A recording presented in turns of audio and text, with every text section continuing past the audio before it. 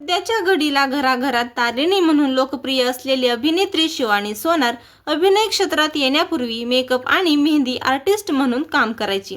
हे अनेकांना कदाचित माहीत नसेल.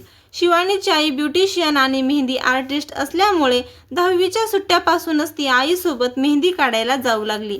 पुढे आईला मेकअप शिकण्याची इच्छा होती, मात्र लहान मुलांमुळे तिला वेळ मिळत नव्हता. त्यामुळे आईने शिवानीला 10 दिवसांच्या मेकअप वर्कशॉपला पाठवलं आणि तिथूनच तिच्या आयुष्यात एक नवा अध्याय सुरू झाला. 2017 मध्ये मेकअप शिकलेल्या शिवानीने जवळपास 2021 पर्यंत मेकअप आर्टिस्ट म्हणून काम केले.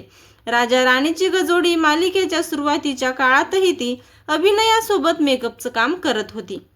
मात्र हळूहळू अभिनयाची आवड वाढत गेली आणि तिने पूर्णवेळ अभिनय क्षेत्रात काम करण्याचा निर्णय घेतला. विशेष म्हणजे मेकअप आर्टिस्ट म्हणून केलेल्या कामाचा तिला अभिनेत्री म्हणून खूप मोठा फायदा झाला. स्वतःचा मेकअप करण्यापासून ते एखाद्या इव्हेंटमध्ये प्रेझेंटेबल कसं दिसायचं याची समज तिला याच अनुभवातून मिळाली. मेहनत, शिकण्याची तयारी आणि योग्य वेळी घेतलेला निर्णय यामुळे शिवानीने स्वतःची एक वेगळीच ओळख निर्माण केली आहे.